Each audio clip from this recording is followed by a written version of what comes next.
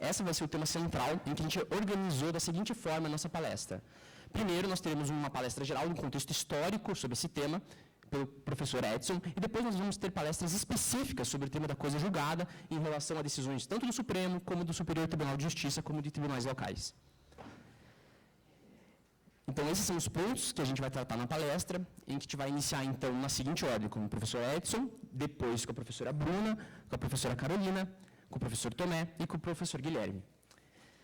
Vou apresentar o currículo deles no início de cada palestra, e começando agora com o professor Edson. O professor Edson Francisco Rocha Neto é advogado, doutorando pela UFPR, mestre pela UERJ em Direito Processual Civil e, além de membro do IBDP, e ele abordará a contextualização dos temas 881 e 885 da repercussão geral do STF e a ausência de modulação dos efeitos nessa decisão. Com a palavra, professor Edson. Bom dia. Como o Felipe adiantou, esse tema do STF trouxe muitas polêmicas, ainda mais num contexto em que no Brasil costuma se afirmar que até o passado é incerto. Ironicamente, a própria autoria dessa frase é incerta. E o fio condutor da minha apresentação aqui é pautado em debates travados com meu amigo, o advogado tributarista Carlo Marinoni Abdo, que está aqui presente, e que escreveu um artigo que em breve será publicado pela Revista do Processo, que de fato pautou essa minha apresentação aqui de hoje. São necessárias ao menos duas contextualizações. Primeiro, o que o CPC diz sobre a eventual revisão da coisa julgada, aqui falando em sentido amplo, havendo mudança do estado de fato ou de direito. O artigo 505, inciso 1º do CPC, prevê que, havendo alteração do estado de fato ou do estado de direito, a parte interessada pode pedir a revisão da sentença transitada em julgado. Os temas 881 e 885 acabaram por definir em 2023 que nessas relações,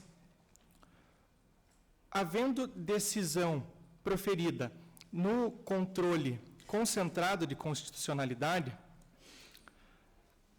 é afastado automaticamente o que o STF chamou de efeitos da coisa julgada. O STF também, através do tema 885, definiu que as decisões proferidas no controle difuso, desde que no regime de repercussão geral, também são aptas a afastar automaticamente o que o STF chamou de efeitos da coisa julgada. Nós veremos ao longo aqui das apresentações que a expressão não seria a mais precisa tecnicamente. Não são os efeitos da coisa julgada que são afastados. O que acontece na realidade é que cessam-se a eficácia da sentença transitada e julgada, ela sim protegida pela coisa julgada. É uma diferenciação terminológica, mas que apresenta consequências relevantes, e isso será visto ao longo das demais exposições. Então, o painel nos convida a refletir se precedentes afastam a coisa julgada. Depende. Depende, inclusive, do que se considera afastar. O fato é que a decisão do STF, nesses dois temas, 881 e 885, representou verdadeira surpresa para os contribuintes, e aí é necessária essa contextualização que se inicia em 1989 com a promulgação da lei que instituiu a contribuição social sobre lucro líquido. Diversos contribuintes ajuizaram ações na época e desde 1992 possuíam decisões indicando a inconstitucionalidade dessa lei e respaldados nessas decisões, transitadas em julgado e, portanto, protegidas pela coisa julgada, esses contribuintes deixaram de recolher a contribuição social sobre o lucro líquido. A Fazenda continuou cobrando até que, em 2007, o STF decidiu, na ADI de número 15, que aquela lei que instituía aquele tributo era constitucional. Isso, é claro, reforçou a tese da Fazenda, que continuou insistindo com a cobrança da CSLL, a Contribuição Social sobre o Lucro Líquido, mas os contribuintes se recusavam a efetuar o pagamento, o recolhimento desse tributo, já que eles entendiam que estavam protegidos pela coisa julgada. Em 2011, o STJ, em sede de tema repetitivo número 340, decidiu que o novo entendimento do STF não seria apto a alterar a sentença transitada em julgado em favor dos contribuintes. Então, mais uma vez, os contribuintes tiveram a segurança, a certeza de que o posicionamento deles de não recolher esse determinado tributo era adequado. Ocorre que a Fazenda continuou cobrando a CSLL.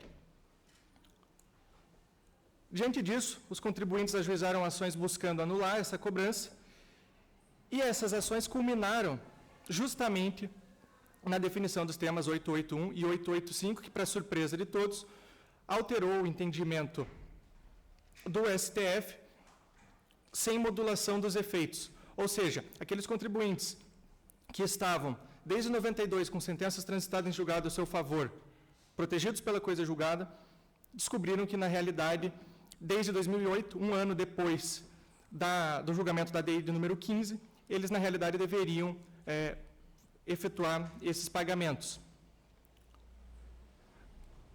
Até que faz sentido, considerando lá o artigo 505, parágrafo 1º, que os precedentes no nosso sistema do CPC de 2015, que ganham um grau maior de vinculatividade, possam alterar o Estado de Direito. Os precedentes integram a ordem jurídica e faz sentido, realmente, que alterem o Estado de Direito apto a alterar os efeitos futuros de uma sentença transitada em julgado, lembrando que são aquelas relações de trato continuado, que se renovam com o tempo. Não seria adequado, não seria ponderado que, em relações de trato continuado, os efeitos de uma sentença lá da década de 90 se mantivessem eternamente, mesmo que houvesse alteração do estado de fato de direito. Só que o CPC previa que a parte interessada deveria pedir a revisão. O STF definiu que, diversamente do CPC, essa interrupção da eficácia da sentença se dá de forma automática. Isso afeta a segurança jurídica, afeta a proteção da confiança, que são princípios tão caros ao direito tributário. Tudo isso poderia ter sido evitado caso houvesse modulação dos efeitos. Não foi. Foram opostos embargos de declaração requerendo a modulação dos efeitos dos temas 881 e 885 do STF. Apesar disso, o único ministro que votou de forma favorável à modulação dos efeitos foi o ministro Nunes Marques, e os demais ministros, de uma forma ou de outra, acompanharam o ministro Barroso pela não modulação. Em última análise, o que aconteceu foi que se privilegiou a posição da Fazenda em detrimento da posição dos contribuintes.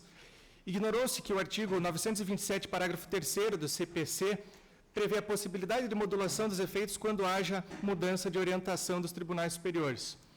Ignorou-se também o artigo 23 e artigo 24 da LINDB, que prevêem tanto um regime de transição quanto a impossibilidade de invalidação de situações plenamente constituídas, como era efetivamente esse caso. Do dia para a noite, esses contribuintes que tinham sentenças favoráveis desde a década de 90 e tinham decisão do STJ desde 2011 confirmando que estaria estabilizada a sua posição, adquiriram um passivo tributário acumulado desde 2008, já que a Fazenda vinha cobrando a CSLL. Isso me faz lembrar da crítica italiana feita por Franco Cipriani, de que reformas processuais que visam mais a posição do Estado em detrimento do cidadão deveriam causar o mesmo estranhamento de uma reforma num hospital que vise ao conforto dos médicos em detrimento dos pacientes. No final das contas, esse tema, que renderá ainda muito mais discussões, reforça a percepção dos investidores e empresários aqui no Brasil, de que no Brasil, afinal, até o passado é incerto. Obrigado.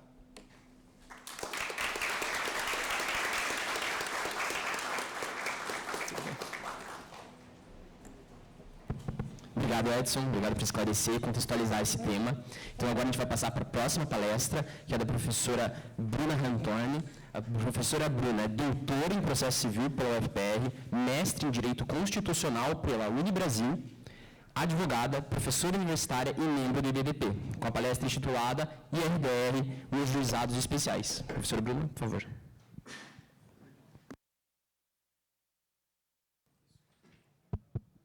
Bom dia a todos. É um prazer estar aqui pelo IBDP, a convite do IBDP. Por favor. Tudo bem, professor? Bom dia, professor. Tudo bem? Claro, professor. Oi, gente, desculpa, já, né, como diria o grande Jô Soares, né, vou já interrompendo, né, etc. Tal, mas só para dar uma saudação oficial pela diretoria do IBDP, né, eu sou o Cássio, estou o presidente do IBDP, isso é importante, essa distinção entre ser e estar, você não pode se apegar à coisa que dá caca, a gente sabe, né? O mundo inteiro vivencia isso, né? Então, estar é algo transitório por definição, mas, enfim, quem não é de Curitiba, seja muito bem-vindo a Curitiba, os nossos queridos amigos curitibanos, aqui eu acho que a maioria, né, é curitibano, então, muito obrigado por sempre essa recepção. Eu, como bom paulistano, sou um amante, um apaixonado por Curitiba, adoro Curitiba, até porque me lembra muito a minha São Paulo antiga, esse clima era assim em São Paulo, acreditem se quiser. Isso me traz ótimas lembranças, e estar aqui na Federal, estar aqui nessa praça também, inclusive da minha atividade acadêmica. A minha primeira grande palestra, já ainda mestrando, há muito tempo atrás, acreditem, foi aqui na Federal do Paraná, então isso é sempre muito, muito gostoso, muito positivo de estar aqui. Assim, quando a professora Tereza veio para cá, ela trouxe muita gente de São Paulo para dar uma força, tal, e eu estava, graças a Deus, nessa primeira missão dela, conheci o professor Marinoni aqui, e estamos aqui para celebrar os precedentes, né? Eu acho que é um tema inadiável, um tema central, um tema que vai muito além do direito processual civil. Eu acho que nós, do processo, estamos vendo algo que os colegas, mesmo do penal, do trabalhista, não estão vendo, o pessoal de civil, comercial, tributário, administrativo, não está vendo. E o fato é que a coisa está linha de produção.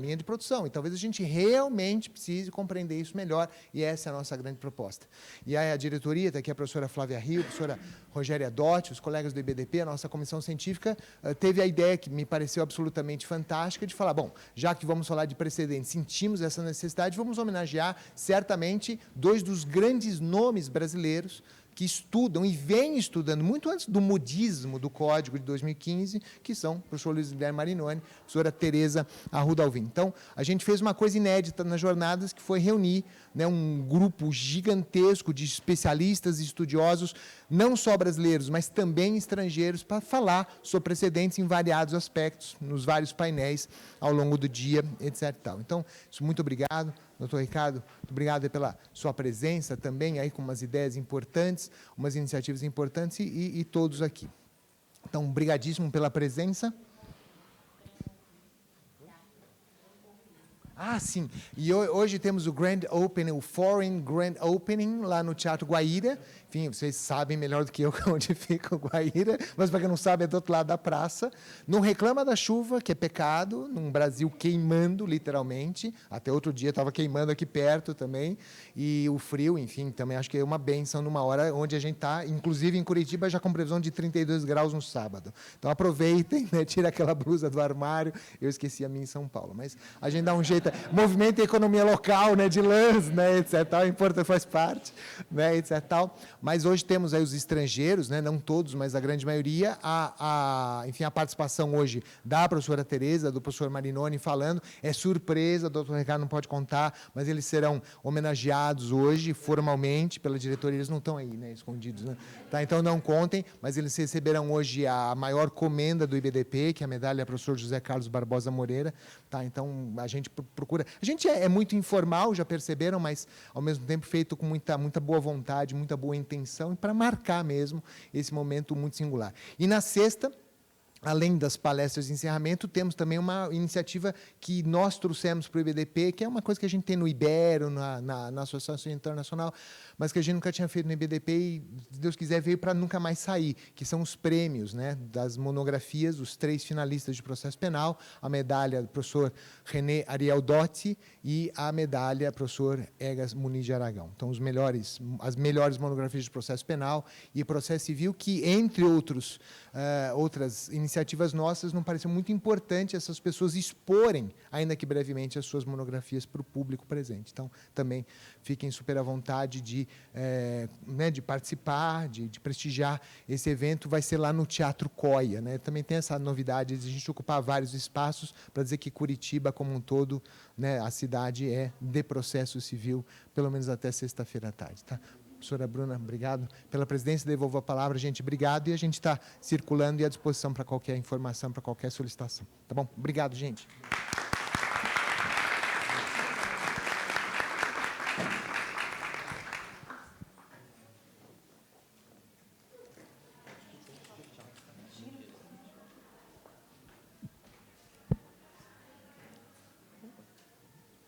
Bom dia a todos. Depois das palavras do professor Cássio Carpinella Bueno, o que posso dizer? Né? Sejam muito bem-vindos, muito bem-vindas aqui à nossa casa. É um prazer e uma honra estar aqui conversando com os senhores, amigos, colegas, né? Professores, alunos, vejo aqui também. Então, é uma honra estar aqui com os senhores para que a gente possa conversar juntos e com a mesa de amigos também aqui, para falar de processo civil, mas muito mais para falar sobre precedentes e como eles funcionam na prática. Acho que é importante a gente sempre estar, como o professor Cássio bem nos colocou, discutindo esse tema. E eu escolhi sempre falar do tema que vou dizer, sempre é algo espinhoso. Por que você escolhe isso? Né? Podíamos escolher outra coisa? Poderíamos, mas a gente escolhe o que é mais difícil. Né? Porque a vida já é muito fácil, para que escolher? Né? Então, o meu tema aqui da exposição é sobre o incidente de resolução de demandas repetitivas no âmbito dos juizados especiais. O tema do juizado especial é um tema muito caro a mim. A minha tese de doutorado aqui na Federal foi justamente sobre o juizado especial e a criação de protocolos de assistência informada à parte, que agora vai ser um livro em breve. O professor Kazuo Watanabe fez o prefácio, estou bem feliz por conta disso. Então, em breve, aí nós teremos o livro da tese. Mas o tema do juizado especial me é muito caro justamente porque ele abarca uma população que muitas vezes fica invisibilizada, que são as pessoas de baixa instrução, tanto jurídica, mas principalmente financeira. Né? A gente fala causas de menor complexidade, e nem de baixa complexidade o são. Né? Muitas vezes as causas são de valores bastante vultuosos. Né? Então, quando a gente fala do incidente de demandas repetitivas, né, do IRDR, durante o âmbito dos juizados especiais, a gente tem que perceber que um dos grandes problemas, quando a gente fala sobre ele, é justamente no âmbito dos juizados especiais. E eu explico pelo seguinte. O artigo 985, inciso 1 do Código de Processo Civil, ele fala para nós que, julgado o incidente, a tese jurídica será aplicada. Inciso 1. A todos os processos individuais ou coletivos que vierem sobre idêntica questão de direito e que tramitem na área da jurisdição do respectivo tribunal, inclusive aqueles que tramitem nos juizados especiais do respectivo estado ou região. Para contextualizar, porque professora sou e sempre gosto de contextualizar as situações, o IRDR ele se encontra no nosso Código de Processo Civil, lá a partir do artigo 976 a 987 do nosso Código. E ele visa, de fato, resolver controvérsias em advocacia, em questões de massa. E o objetivo, justamente, é analisar vários processos, múltiplos com a mesma questão, para que possa haver uma disposição única, um entendimento único para aquele processo, para que não vire aquela chamada jurisprudência lotérica, que não vire o jogo do tigrinho, como a gente fala. Você escolhe, não escolhe. Nunca indico, inclusive, que jogue. Mas, qual é o objetivo principal do IRDR para que a gente possa conversar? Ele visa garantir a estabilidade e integridade da revisão e também evitar, obviamente, discussões contraditórias entre os tribunais, tanto tribunais estaduais, quanto regionais, quanto as nossas cortes superiores. Tá, Bruna, ok, mas qual que é o problema da gente utilizar o IRDR no âmbito dos juizados especiais? Então, a lei do juizado especial, que é a lei 9.099/95, ela já é uma lei especial porque ela tem alguns regramentos próprios. E ela, a gente fala que é uma lei sui generis, porque ela tem tanto questões de processo quanto questões de direito material. Ela se equipara à medida, de forma específica, ao Código de Defesa do Consumidor, porque tem questões de processo e tem questões de direito material também. Mas ela vai um pouco além, porque ela cria regramentos e coloca o Código de Processo Civil não como norma subsidiária, mas como norma residual, o que nos cria vários problemas na prática. Eu explico. Há uma resistência bastante grande de quem estuda processo civil e quem estuda também do juizado especial em dizer que o IRDR se aplica ao âmbito dos juizados especiais. Por que isso? Porque a Lei 9.099, ela fala que as decisões do juizado especial, regra geral, o juizado especial ele não tem um segundo grau. A gente fala que são turmas recursais.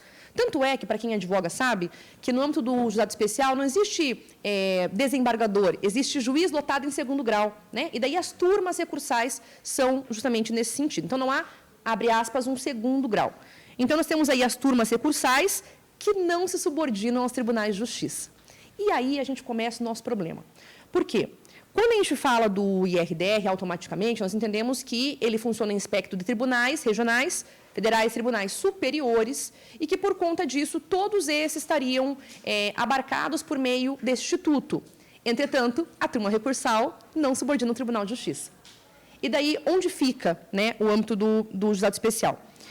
Aqueles que defendem que não há essa possibilidade, eles sustentam que essa vinculação representaria uma sujeição indevida nos juizados especiais cíveis à jurisdição dos tribunais de justiça e tribunais regionais. E isso não seria admissível, justamente por conta da lei, que diz claramente, né, que as turmas recursais não são subordinadas ao Tribunal de Justiça. E isso não é, como a gente fala, voz da nossa cabeça, né, como eu falo para os alunos, mas não é isso. É um entendimento aqui do Tribunal do Paraná, por exemplo. Nós tivemos um IRDR número 28, e esse IRDR aqui do Tribunal do Paraná, ele estava tratando de forma específica do Projude, e ele estava discutindo com relação ao Projude, perguntando se aqueles prazos do Projude, né, o início dos prazos, eles seriam prazos válidos, se a gente poderia considerar isso como válido, e era um prazo no âmbito do juizado especial. E quando foi falado juizado especial, a primeira coisa que o tribunal falou, não, eu não posso julgar, porque o juizado especial, a turma recursal não está subordinada ao âmbito dos juizados especiais, ao âmbito do Tribunal de Justiça, e, portanto, eles colocaram ali que não deveria ser admitido o IRDR suscitado em processo de competência do juizado especial por impossibilidade de cumprimento ao disposto no artigo 978. Não é só aqui no Paraná que isso acontece. No âmbito do Superior Tribunal de Justiça, também nós temos o famoso caso da Samarco, né, daquele crime que aconteceu. Né? Inclusive, em 21 de maio de 2024, o STJ ele anulou o julgamento em que o Tribunal de Justiça de Minas Gerais, sobre a sistemática do IRDR, fixou a indenização de mais de 2,6 milhões para as vítimas do rompimento da barragem, né, do Fundão. Lembra-se disso? Né? Enfim, um crime que aconteceu. Né? Na época, esse IRDR foi solicitado justamente pela Samarco, né? Reda a maioria das milhares de ações juizadas pelas vítimas para exigir indenizações. Percebam que as vítimas, elas juizaram várias indenizações, inclusive no âmbito dos juizados especiais, e por isso chegou a esse intuito, não paga custas, não precisa de advogado, então várias vítimas começaram a demandar ali. Observação importante, não eram ações coletivas, eram ações individuais, em que as coletivas pudessem transitar. Então, imaginem pessoas de condição financeira muito baixa e que ajuizavam ações no juizado especial para terem essas indenizações. A Samarco, inclusive, ela indicou 2 processos como causa piloto, a gente fala, causa de representação, porém, o TJ de Minas Gerais entendeu que um deles não poderia ser analisado porque estava tramitando perante o juizado especial. E o outro que não poderia ser analisado porque nem estava em discussão no primeiro grau. Então, o que poderia ser analisado, que era do juizado, não podia, porque o juizado especial não se limita ao Tribunal de Justiça. E o segundo, que poderia ser, também não poderia, porque ele ainda estava discutindo em primeiro grau, haja vista milhares de réus, enfim, responsabilidade, né, Estado, União. Claro, né, a gente considera aí que no caso Samarco, mesmo no âmbito do juizado especial, mesmo no seu julgado mérito, né, era necessário que essas pessoas fossem, então, direcionadas. Afinal, o juizado especial estadual, ele tem matéria de competência optativa, você escolhe para o juizado. Mas, queridos, o federal da Fazenda, não, a competência é obrigatória, você não tem escolha. Você vai pelo valor da causa, vai bonitinho e não reclama. Né? Não tem como você fugir, a não ser que você jogue o valor da causa lá em cima. Então, a competência é absoluta. E daí começa um problema, não é simplesmente uma escolha de onde deve se posicionar. Esse também é o entendimento do Supremo Tribunal Federal, no recurso extraordinário 586-789, que foi colocado em regime de repercussão geral. E ele considerou que não cabe aos tribunais regionais e federais a competência de apreciar e julgar mandados de segurança contra decisões dos juizados especiais federais, ante a existência das turmas recursais. E a pergunta que fica é, ok, então o juizado especial, por ser uma legislação especial, ele não estaria vinculado ao sistema do IRDR? Aqui, o meu posicionamento é que, na verdade, ele está vinculado. Então, não tem como a gente afastar isso. E vou explicar o porquê. Primeiro, o artigo 98, inciso 1º da Constituição Federal, ele fala que o juizado especial, ele é abarcado pela Constituição Federal e, como consequência, ele trata de causa de menor complexidade. Falarmos que o juizado especial, que veio de uma questão constitucional para dar um amplo acesso à justiça à parte, como o senhor Cazu mesmo fala, acesso à ordem jurídica justa, e você afastar esse sistema de um tipo de regramento que vai dar segurança jurídica, é, no mínimo, um contrassenso, né, por parte.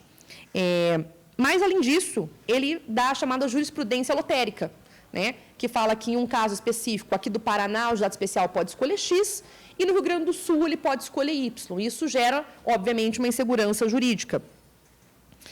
Eu destaco aqui algumas razões para que eu defenda que o IRDR deve ser aplicado no âmbito do juizado especial.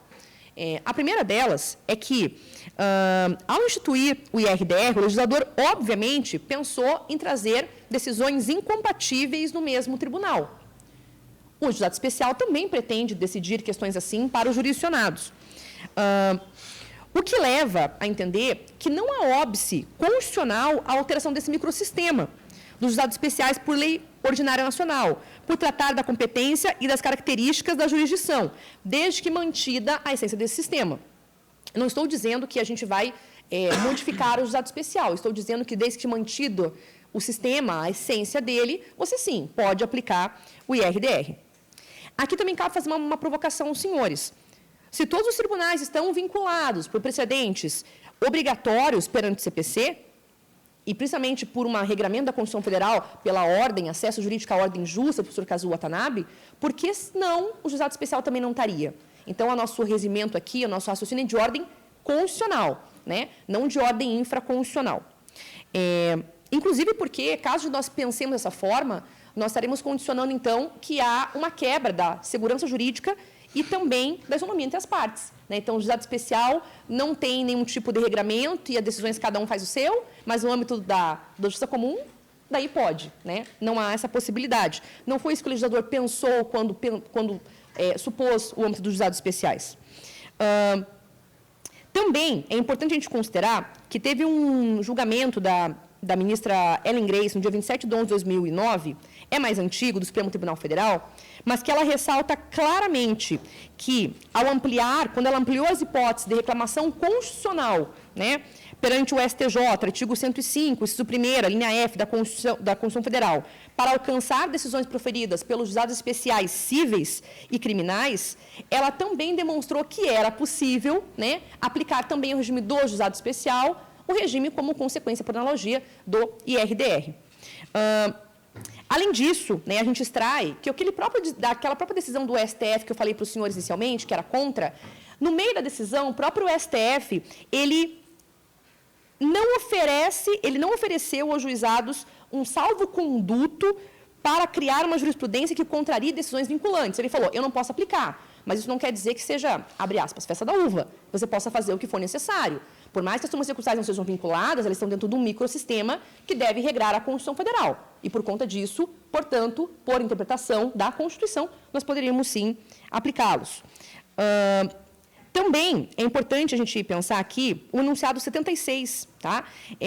Do Tribunal de Justiça do Rio Grande do Sul, recentemente, que ele considerou para admitir um IRDR com base em demandas repetitivas no curso dos juizados especiais. Então, já começa os próprios tribunais estaduais proferirem decisões no sentido de que, sim, é possível, não por uma afronta ao dispositivo, mas por uma observação à própria Constituição Federal.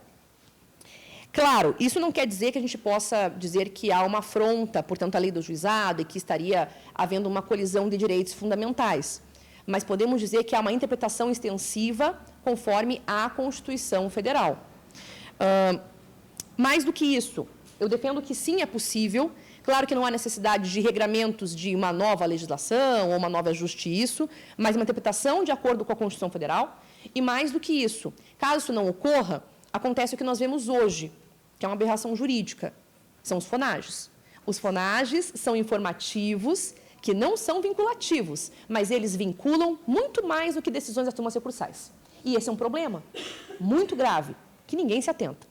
Então, eu não posso aplicar IRDR, que é algo constitucional, que visa justamente dar segurança jurídica, mas o FONAGE eu posso? Os enunciados do FONAGE eu posso aplicar? Que não há nada contra, nem nada a favor do enunciado do FONAGE, mas ele tem um problema muito grave. Ele não fala, o enunciado não fala qual foi o fundamento jurídico, qual foi a interpretação dada para aquilo. Diferente de súmula, diferente de orientação de jurisprudência, Diferente da própria jurisprudência em si. Ele fala de onde foi o caso. O FONAR a gente não sabe de onde foi. Né? E claro que os juízes, magistrados estão lá e servidores estão lá de boa fé. Mas será que aquele caso se aplica efetivamente ao meu caso? Não tenho como sabê-lo. Para finalizar, porque já estou acabando meu tempo, antes que me tirem da mesa, digo que esse tema, de fato, ele é um tema bastante espinhoso, né? Quando a gente fala do juizado especial. E eu termino a minha fala trazendo uma paráfrase do professor José Carlos Barbosa Moreira, como não deveria ser diferente.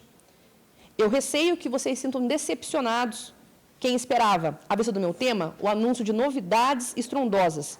Não sou amigo de reviravoltas sensacionais. A essa altura da vida, já tenho assistido a várias que, como tais, se apresentam. Sei que é tão vão quanto a pretensão de traçar o plano definitivo de regeneração do universo ou mesmo do país. Acredito mais na eficácia daquelas revoluções moleculares, como aludia Pego, em que atuam por dentro das estruturas, tentando antes aprimorá-las do que as destruí-las. É com isso que eu me encerro. Muito obrigada, eu estou à disposição.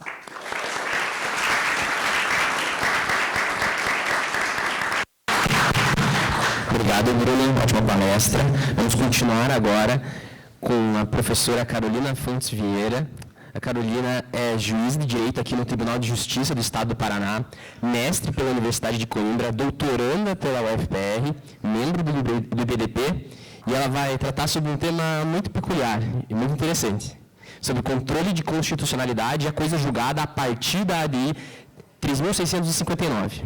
É isso? Então tá bom. Então, com a palavra, a professora Carolina.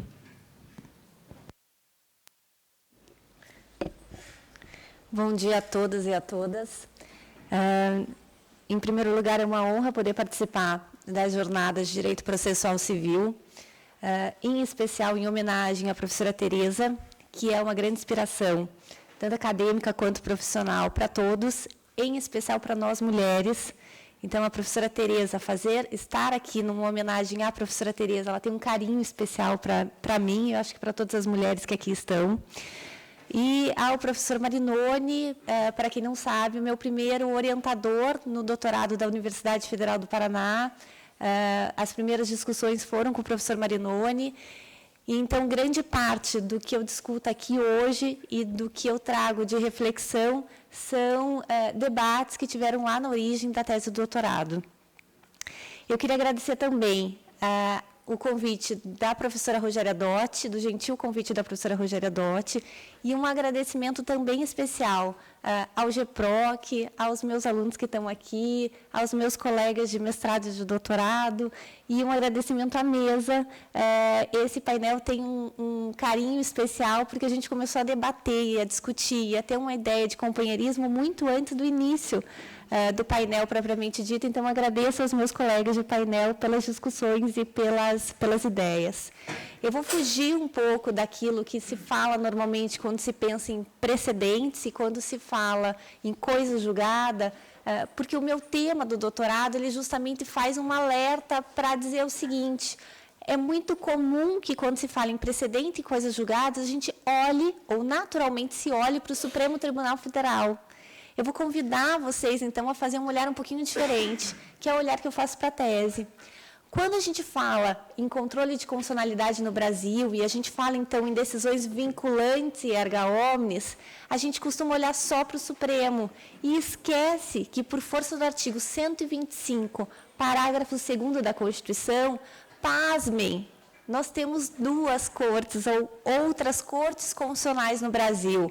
Ao lado do Supremo Tribunal Federal, nós também temos os tribunais de justiça, que exercem, sim, a função de corte constitucional. Lembrando que o Brasil adota, ao lado da democracia, a ideia de federação. E a federação, ela é protegida através da divisão de poder, portanto, o poder não fica centrado como corte constitucional apenas no Supremo, mas também nos tribunais de justiça. E no âmbito dos estados, nós temos constituições que precisam ser tuteladas através do controle de constitucionalidade também. O segundo ponto da minha discussão ele vai tratar, olha, a gente costuma falar, e isso tem um efeito na coisa julgada e nas decisões do dia a dia como magistrada, a gente costuma falar apenas na diferença clássica entre o controle de constitucionalidade difuso e os efeitos, e o controle de constitucionalidade concentrado e os seus efeitos. Um dos tópicos que norteiam todas as falas aqui diz respeito ao tema 881 e 885 do Supremo Tribunal Federal. E lá o ministro Luiz Roberto Barroso vai dizer, olha, vamos aproximar os dois efeitos. Eu vou trazer algumas reflexões, será que vale? Será que nós podemos realmente aproximar os efeitos do controle difuso e do controle concentrado, numa ideia que ele expõe no voto de maior segurança jurídica? Enfim, dentro do primeiro tema, para que eu possa expor, para que você possa explicar por qual razão é importante estudar essa relação entre a Corte Estadual e a Corte Federal, eu trago a ADI 3659, que é uma ADI que pouquíssimas pessoas conhecem e discutem, tanto no âmbito do processo constitucional, quanto no âmbito do direito processual.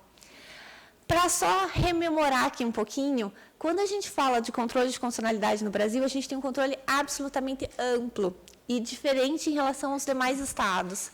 Nós temos um controle judicial e um controle político, nós temos um controle prévio e posterior, nós temos um controle difuso e um controle concentrado. Especialmente em relação ao controle de duas cortes constitucionais, a gente consegue fazer a seguinte diferença. Eu posso interpor no controle concentrado a discussão de uma lei, um ato normativo municipal e estadual no TJ, tendo como parâmetro de controle de constitucionalidade a Constituição Estadual. E eu posso, ao mesmo tempo, ter uma ADI, discutindo lei ou ato normativo estadual e federal no Supremo Tribunal Federal, tendo como parâmetro a Constituição Federal. Até aqui não tem nenhuma dúvida. A questão é que uma análise atenta verifica, olha, eu posso ter uma lei estadual sendo questionada ao mesmo tempo no TJ, e essa lei estadual pode ser questionada ao mesmo tempo no Supremo Tribunal Federal. O Brasil, portanto, permite esse duplo controle de constitucionalidade em relação à lei estadual. Mas o que acontece nesses casos? O Supremo Tribunal Federal, desde 1993, vem dizendo o seguinte, olha, quando tiver uma ADI no âmbito estadual e uma ADI no âmbito federal sobre o mesmo tema, suspende o julgamento no âmbito estadual e vamos aguardar o Supremo Tribunal Federal decidir.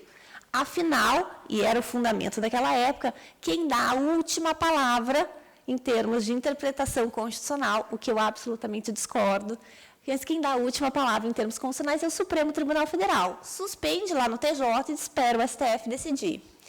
O problema, e aí vem dados empíricos da minha pesquisa de doutorado, é que, de uma maneira geral, os tribunais de justiça decidem controle concentrado de constitucionalidade muito mais rápido, de forma muito mais célere que o Supremo.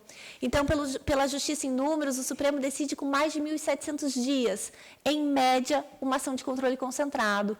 Enquanto no âmbito dos tribunais de justiça, a gente tem uma média de 381 dias. O que aconteceu na ADI 3659? Aconteceu que não deu tempo de suspender. Então, eu tinha uma ação no Supremo, discutindo a mesma lei, e no TJ do Amazonas. Nesse caso específico, não se suspendeu a decisão do Amazonas e a decisão do Amazonas, do Tribunal de Justiça em controle concentrado, foi proferida.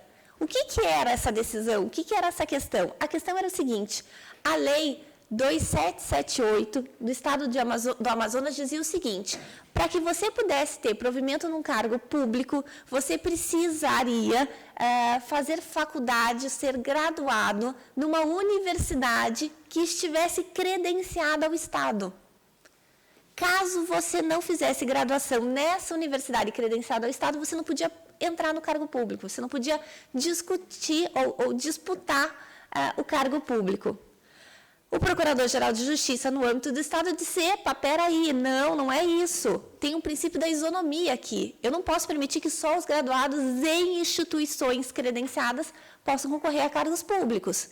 E, portanto, a decisão do TJ é inconstitucional. Certo? Qual é a jurisprudência do Supremo Tribunal Federal desde 1993? Era a seguinte, certo, se o Tribunal de Justiça decide, ele decide com efeitos, como regra no Brasil, embora a gente tenha a possibilidade de modulação pela Lei 9868 de 99, como regra geral, os efeitos são retroativos. Portanto, a norma inconstitucional retira a norma do ordenamento jurídico desde a data da sua edição. E mais, no sistema brasileiro, uma lei estadual ela tem uma dupla compatibilidade. Como assim? A lei estadual precisa ser compatível com a Constituição estadual e com a Constituição Federal. Ah, Carol, mas dá para ser compatível só com a Constituição Federal? Não. Mas dá para ser compatível só com a Constituição estadual? Então, não. Ela tem que ter uma dupla compatibilidade. Nesse caso, o TJ Amazonas disse, olha, no âmbito do Estado, tendo como parâmetro a Constituição estadual, essa norma é inconstitucional, inválida, retira do ordenamento jurídico. Perfeito. O que eu esperava do Supremo, ou todos nós esperávamos do Supremo, que mantivesse a orientação dele e dissesse, olha, anos depois, quando a decisão veio, vamos analisar então essa ADI, esperava-se que dissesse, ok, perdeu o objeto, não tem mais discussão, se é incompatível com a Constituição estadual, não tem mais o que discutir. Perfeito? Não, só que não. Exato. O ministro Alexandre de Moraes, relator, disse, olha, não tem mais objeto mesmo, mas mesmo não tendo objeto, o Supremo decide. Aí a doutrina perguntou, mas decide com base em que se não tem objeto? O Supremo não perde a competência, mesmo que a norma não seja mais válida. Ok. Nesse caso, o Supremo acabou decidindo pela inconstitucionalidade. Então, disse, olha, realmente é inconstitucional. Nós, como detentores da última palavra, em termos constitucionais, dissemos também, é inconstitucional. Problema, e se o Supremo decide pela constitucionalidade? Imaginem o seguinte, nós temos efeitos vinculantes, efeitos erga omnes, isso vai impactar nas decisões de primeiro grau, isso vai impactar na cessação ou não da eficácia temporal da coisa julgada, e eu tenho uma decisão do TJ dizendo é inconstitucional, e eu tenho uma decisão do Supremo dizendo é constitucional. Qual vale? Pela teoria do direito constitucional de controle de constitucionalidade, valeria a decisão do TJ do Amazonas e não do Supremo. Aí vocês vão dizendo, Carolina, você está louca? Como assim? Não vai valer a decisão em controle concentrado do Supremo e vai valer a decisão do TJ? Sim. Mas como assim? O professor Ingo Sarlet tem um texto onde ele discute o controle de constitucionalidade no sistema federativo alemão. E no sistema federativo alemão, pela conjuntura do sistema federativo alemão, isso acontece. Então, eu tenho alguns estados federados na Alemanha que não cumprem a decisão do Tribunal Constitucional Alemão, porque tem um regramento próprio, ou tem uma tutela de direitos mais ampla dentro do Estado federativo. Portanto, neste caso, o que eu quero colocar para vocês é, a gente precisa falar de segurança jurídica, a gente precisa falar de estabilidade, mas a gente pode ou precisa começar a prestar atenção ao controle de constitucionalidade também feito pelos estados. Quantos de vocês já estudaram o tema do controle de constitucionalidade estadual? Pasmem, 40% de todo o controle de leis estaduais é feito nos TJs. Portanto, toda a discussão que a gente tomar aqui em relação a cessam ou não os efeitos da coisa julgada, os efeitos temporais da coisa julgada? Qual é o impacto de falar em precedentes? Será que eu posso formar precedentes em controle difuso a partir da ideia de teses ou a partir do 927 do Código de Processo Civil? Também toda a discussão perpassa por olhar os tribunais de justiça enquanto corte constitucional. Eu não vim para dar solução, eu vim apenas para trazer algumas provocações. A segunda parte do meu tema, eu tenho mais 4 minutos, Felipe? Eu vou tentar ser mais rápida. A segunda parte do meu tema, eu gostaria só... Estou em 4 minutos, estou bem, hein? Estou. Não, está certo. Está certo. Estou tentando cronometrar aqui. A segunda parte é que eu queria chamar a atenção para vocês que há uma grande confusão quando a gente fala em controle ou efeitos do controle de constitucionalidade. É muito comum encontrar na doutrina salvo em relação ao professor Marinoni, a qual eu me abraço nesse momento para caminhar junto com as ideias do professor Marinoni, é muito comum se falar o seguinte: o controle de consonalidade difuso, ele faz efeito interpartes. E se nós adotarmos a teoria do professor Clemerson Cleve, no sentido de que a questão constitucional é uma questão prejudicial e, portanto, por ser uma questão prejudicial, ela faz coisa julgada, a gente chega à seguinte situação: no controle de consonalidade difuso ou concreto, nós temos efeitos interpartes e nós temos efeitos de coisa julgada ou de formação de coisa julgada material.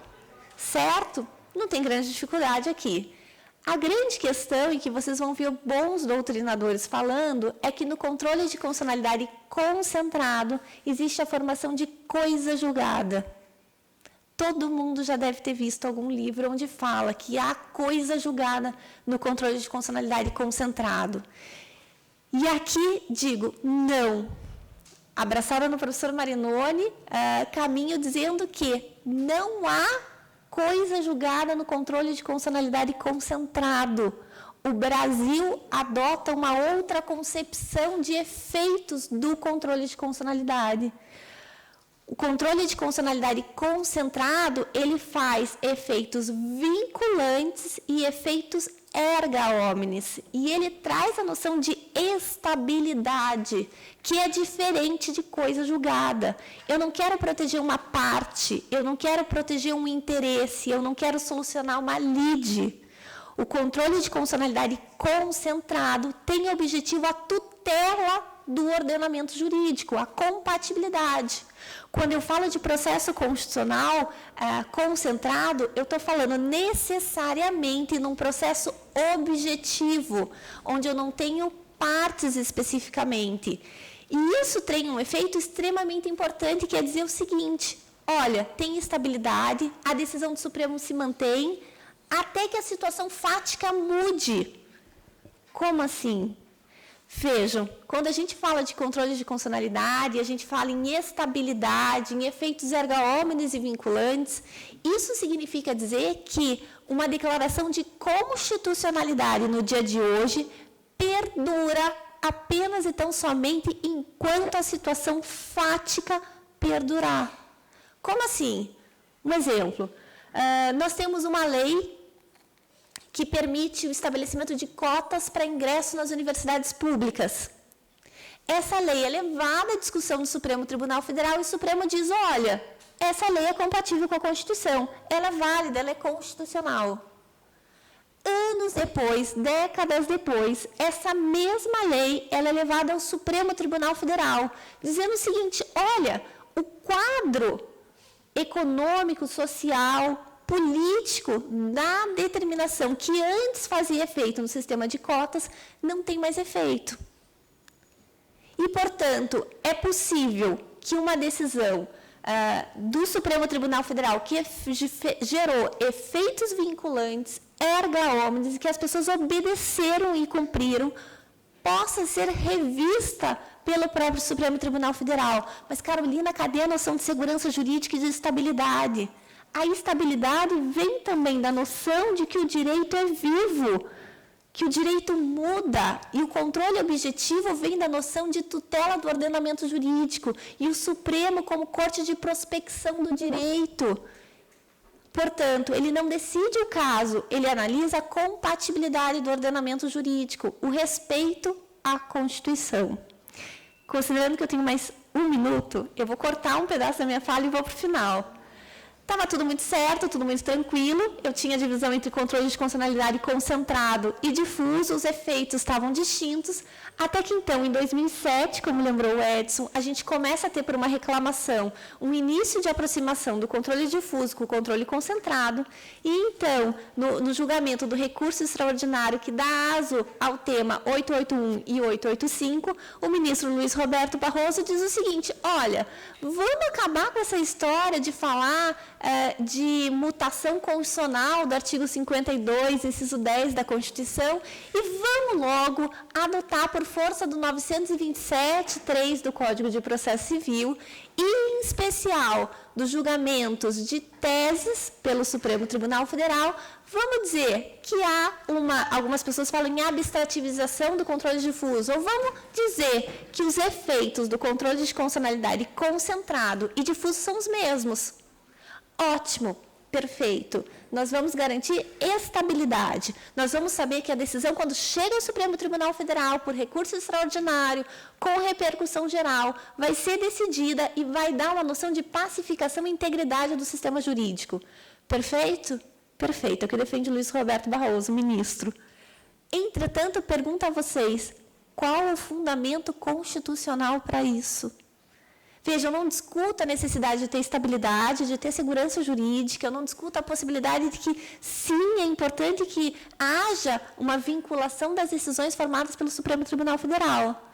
Inclusive, como juíza de primeiro grau, é muito mais fácil quando eu tenho uma decisão clara, vinculante, uma tese formada. Muito mais fácil. O único problema que a gente esbarra é o princípio da unicidade da Constituição. O professor José Gomes Canotini, meu professor do mestrado de Coimbra, dizia, olha, a gente tem que entender a Constituição como um todo, de forma íntegra. Como eu simplesmente vou eliminar o controle de constitucionalidade difuso e a possibilidade dada a todo o Poder Judiciário de exercitar o controle difuso? E mais, como eu vou fazer toda essa junção de efeitos sem que haja o respeito à Constituição? Portanto, eu concluo deixando só uma reflexão para vocês. A ideia de almejar uma estabilidade, de almejar a formação de precedentes como uma ideia de segurança jurídica, ela tem que ser feita e tem que ser construída respeitando o texto da Constituição. Eu não posso usurpar limites e eu não posso dar um poder ao Supremo Tribunal Federal que a Constituição e nós, o povo, para usar a tese de doutorado do professor Miguel Godoy, aqui da casa, não demos a eles. Portanto, há limites ao Supremo Tribunal Federal, mesmo que o objetivo seja bom. Nem sempre o fim bom justifica os meios. Muito obrigada.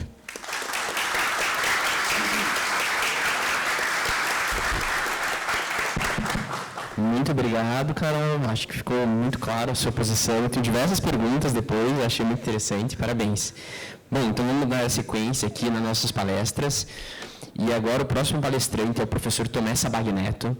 O professor Tomé é advogado, mestre, bacharel em Direito aqui pela Universidade Federal do Paraná. E ele vai tratar de um tema relacionado com o direito processual e com a teoria do direito, que é o titulado Superveniência do Precedente, Rescisão ou Cessação de Eficácia. Para isso ele vai esclarecer para a gente esse questionamento. Obrigado, professor Tomé, com a palavra. Obrigado, um bom dia a todos. Em primeiro lugar, queria dizer que a minha fala é uma temeridade. Né? Falar para um público tão qualificado sobre um tema como a coisa julgada, tendo, dentre os ouvintes estudiosos muito competentes sobre esse assunto, como meu amigo Ricardo Alexandre, o Rodrigo Neri e tantos outros, para não falar na extrema qualificação da mesa, né? Então, em primeiro lugar, a minha fala é um ato de coragem. Né? Em segundo lugar, a minha fala tem a marca da influência dos dois professores justamente homenageados nestas jornadas.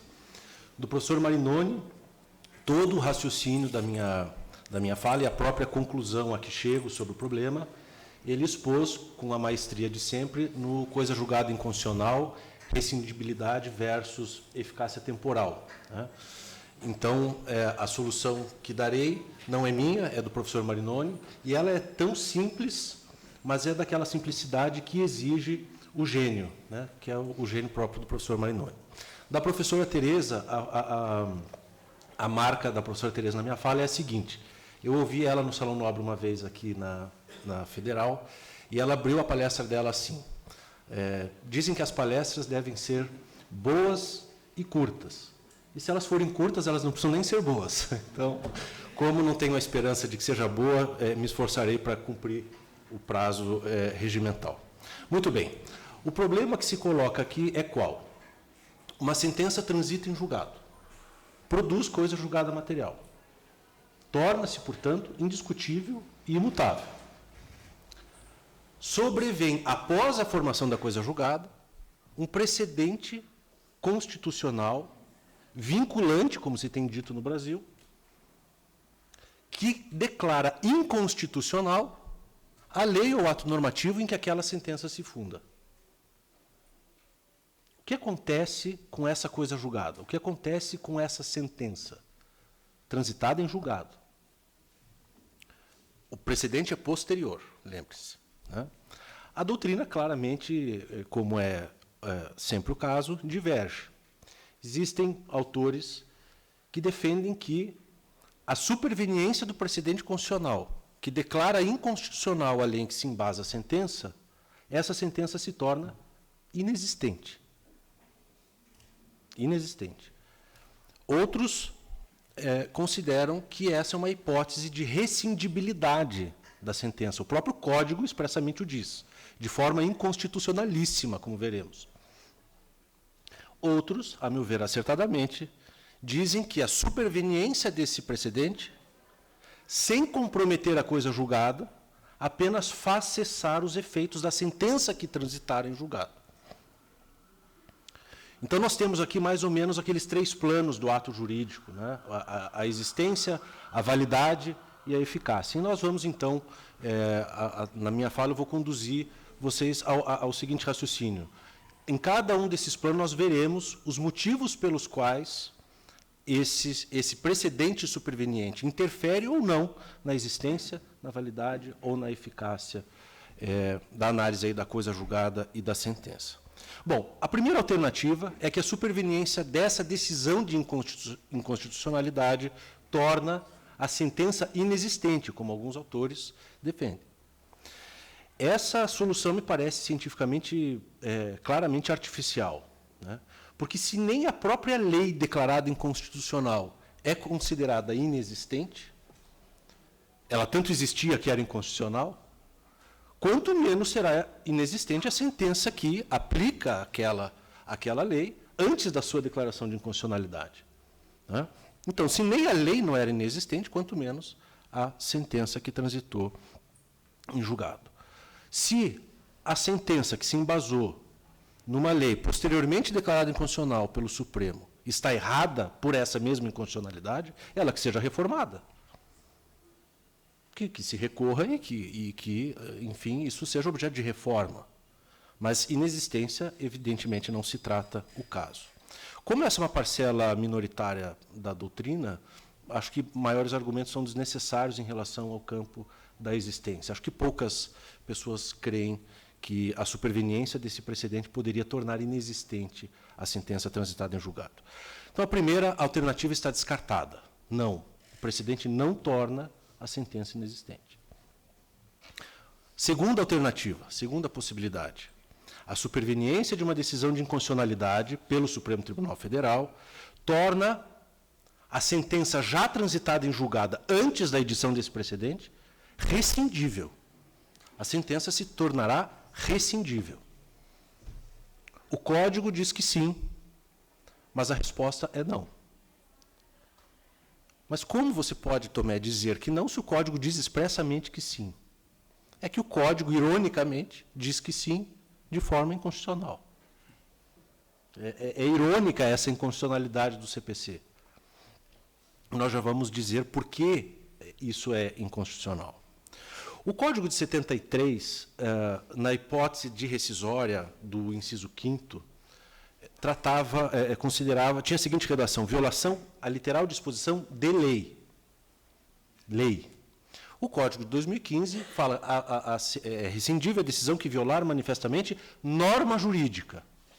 Isso animou os setores da doutrina a considerar que, como não é só a lei, como é norma também, então a superveniência de precedente torna rescindível essa sentença. O que o artigo 525, parágrafo 15, estabelece? Ele diz que, se a declaração de inconstitucionalidade for posterior à sentença transitada em julgado, caberá rescisória, o que por si já é inconstitucional, como veremos, mas tem uma segunda inconstitucionalidade no mesmo dispositivo. o termo inicial do prazo decadencial para o ajuizamento da rescisória é deslocado pelo legislador para o famoso dia do São Nunca. O trânsito em julgado da futura e eventual e incerta decisão do Supremo Tribunal Federal foi eleito como o termo inicial dessa rescisória. Ou seja, uma sentença transita em julgado,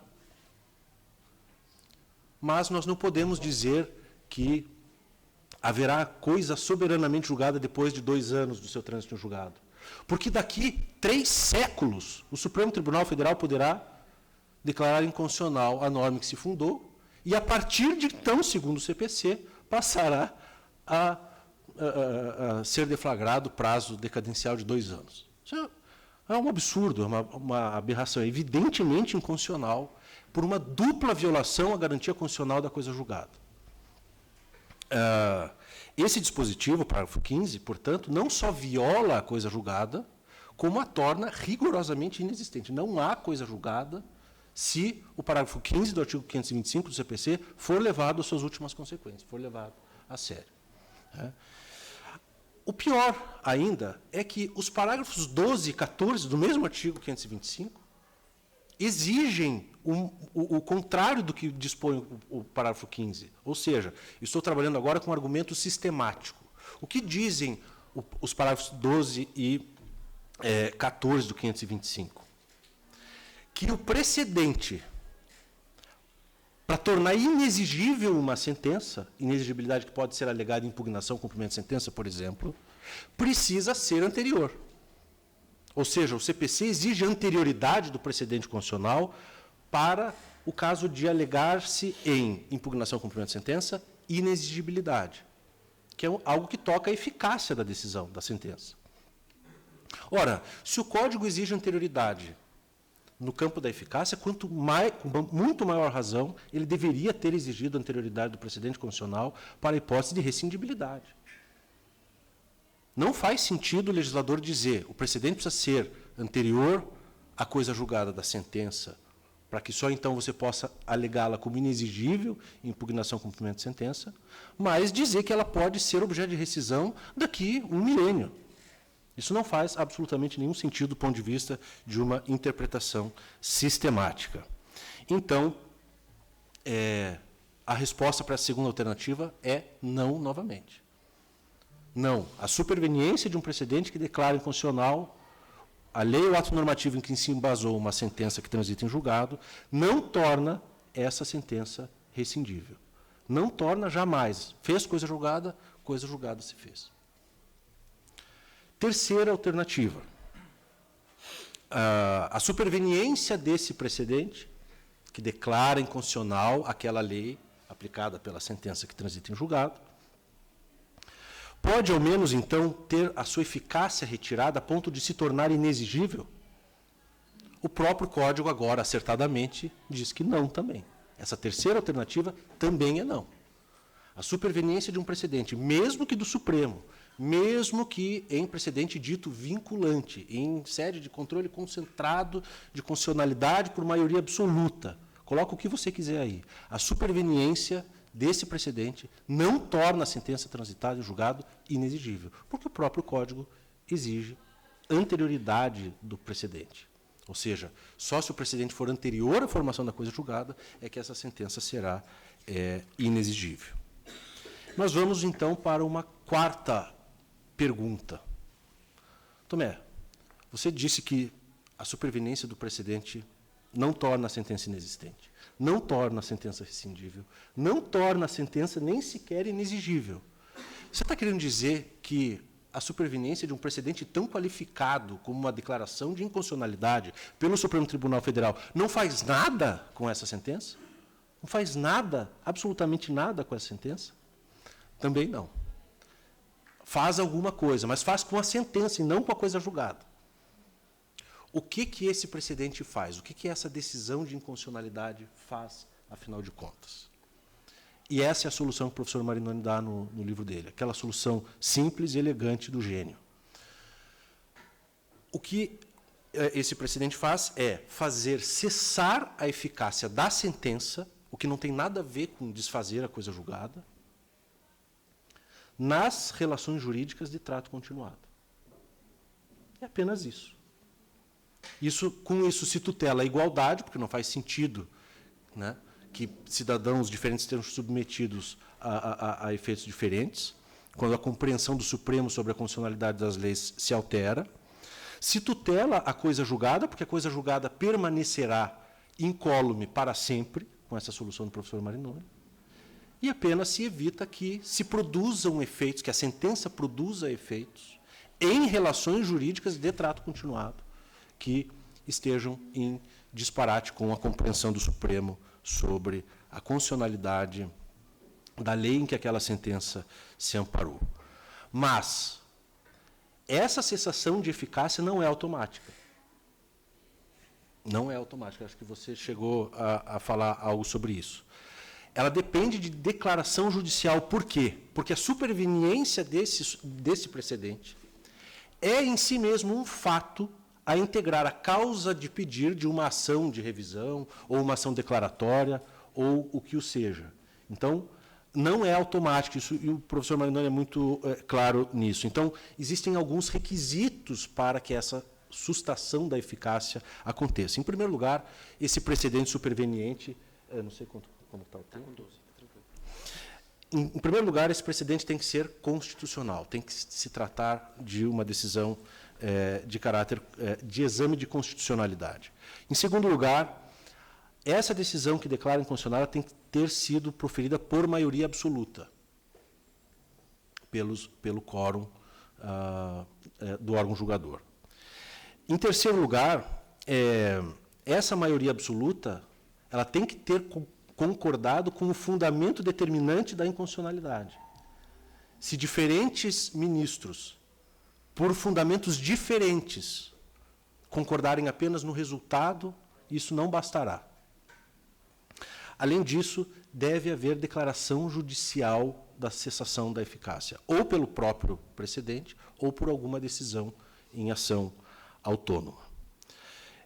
Porque, do contrário, se esses requisitos não estiverem satisfeitos, o que haverá é apenas uma mudança de interpretação, de orientação jurisprudencial. Mesmo que o tribunal seja o Supremo, meras mudanças de jurisprudência ou de orientação jurisprudencial não alteram a ordem jurídica. Eles alteram apenas a compreensão sobre essa mesma ordem jurídica. Então, a conclusão final sobre o nosso problema é de que somente alguns tipos de precedentes, em algumas situações muito específicas, e satisfeito um feixe grande de requisitos, é que, apenas nesses casos, a superveniência de uma decisão de inconstitucionalidade pode afetar a eficácia de uma sentença que resolve relação jurídica de trato continuado, e nada mais. Não compromete a existência, não compromete a validade e nada mais em relação à sentença. E isso, essa conclusão, essa interpretação restritiva, cuidadosa, é importante porque nós estamos falando de coisa julgada e pela importância da estabilidade das relações e das expectativas jurídicas, quando se fala em coisa julgada, todo cuidado é pouco. Muito obrigado e estou à disposição.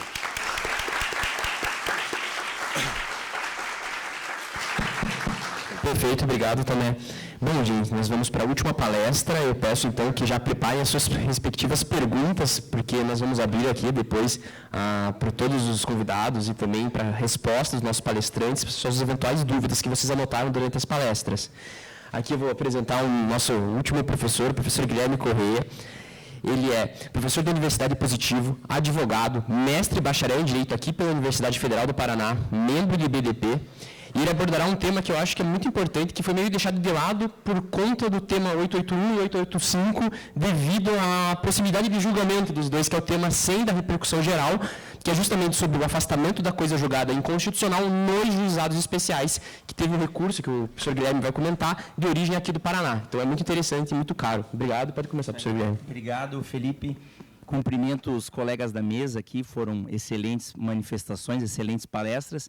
E assim como o Tomé disse, eu também me deu algum tipo de arrepio quando eu vi o professor Ricardo Alexandre entrando na sala, depois o Rodrigo Neri, tinha encontrado já o Maurício Doutor aqui, excelentes processualistas, que é difícil falar na frente deles, né, e não ser alvo daquela crítica ao menos mental, né? que é a pior, né? Porque não é falado, a gente não tem nem como tentar se defender. Mas é uma honra poder falar aqui e tentar contribuir um pouquinho. E quando a professora Rogéria me convidou para esse painel, eu achei muito legal a ideia do tema, né, perguntando se o precedente pode afastar ou não a coisa julgada, e logo me veio à mente que faz todo sentido esse tema a partir da ideia de um dos homenageados, né? E aqui eu vou direcionar a minha fala, especialmente ao professor Marinoni, do qual eu tive a honra de ser aluno aqui na Universidade Federal do Paraná, que além de ser um processualista brilhante, na minha opinião, o maior que nós temos hoje no nosso país, ele tem uma qualidade que poucos sabem, mas que é a maior de todas, assim como ele é torcedor do Paraná Clube. O que torna ele ainda algo, né, acima da genialidade que o Tomé já trouxe. E aí eu aproveito, na hora que eu fui montar a minha apresentação, eu lembrei de um livro, que eu li esse livro, Coisa Julgada Inconstitucional, a primeira edição do professor Marinoni, esse aqui, que eu até na época tirei sarro dele, ô professor, capinha verde e branca, devia ser azul e vermelha, né, homenagear o nosso tricolor. E nesse livro a gente discutiu ele na época do meu mestrado, aqui em 2008, a gente nas aulas dele, foi justamente o ano que saiu o livro dele. E quando eu li esse livro, e eu tenho várias anotações sobre ele, eu fui reler agora a nova edição, e grande parte das ideias lá de 2008, impressionantemente, continuam válidas, continuam super atuais e, infelizmente, pouco compreendidas pelo Supremo Tribunal Federal, quando, agora entrando especificamente no tema da minha palestra, julga o tema sem da repercussão geral. Até é estranho aqui, nós estamos na sala da memória, parece que o Supremo perdeu a memória ao decidir isso daqui. E digo por quê. Então, primeiramente, pegando o gancho da fala do Tomé, que já explicou para a gente o que é a tal da coisa julgada inconstitucional, então é aquela decisão que fez coisa julgada, mas que utilizou como fundamento uma lei que foi declarada inconstitucional pelo Supremo e que, por essa razão, segundo o nosso CPC, infelizmente, aquilo ali deve parar de gerar efeitos imediatamente, sem fazer essa distinção, né? O Código ele não fala especificamente em relações jurídicas de trato continuado, ele simplesmente diz que aquilo ali vai ser declarado inexigível ou até mesmo rescindível a partir de uma rescisória. E, claro, o Tomé trouxe uma preocupação que, inclusive, no julgamento desse recurso extraordinário, foi uma preocupação levantada pelo ministro Luiz Fux, que disse o seguinte, mas espera aí, vai poder discutir isso daqui a 20, 15, 20, 25 anos, porque pode ser que nós aqui num novo debate ou uma nova composição mude um posicionamento e de repente declare uma lei inconstitucional que até então era constitucional, né? E é estranho, né? Eu sempre costumo dizer que o processo civil ele precisa ele precisa acompanhar a sociedade da qual ele é inserido. É estranho você chegar para alguém e dizer assim, sabe essa lei que foi feita, que foi criada, que passou por debate, que passou por uma comissão de Constituição e Justiça, que depois foi sancionada pela Presidência da República, que regeu muitas situações, de repente, ela vira inconstitucional desde o dia que nasceu. Então, tudo o que aconteceu nesse período é inconstitucional, todo o trabalho realizado pelos advogados que entraram com demandas respaldados nessa lei, todo o trabalho feito pelo juiz que fundamentou a decisão respaldado nessa lei, a gente joga no lixo, né? Então, olha aqui a doutora Carolina, o doutor Maurício, magistrados, eles, quando vão aplicar uma lei num caso concreto, é óbvio que eles fazem um controle de constitucionalidade. A doutora Carolina disse para a gente, nós temos no Brasil o controle difuso, um mecanismo de controle de constitucionalidade previsto na Constituição, né? E exigido do juiz. Eles não fazem o controle porque eles querem, é porque eles devem. É um poder-dever do magistrado fazer o controle. Quando ele aplica uma lei, ele implicitamente está dizendo, essa lei é constitucional e por isso eu vou aplicar. Ele não simplesmente diz, não, essa lei eu acho que é inconstitucional, mas mesmo assim eu vou aplicar. Claro que não.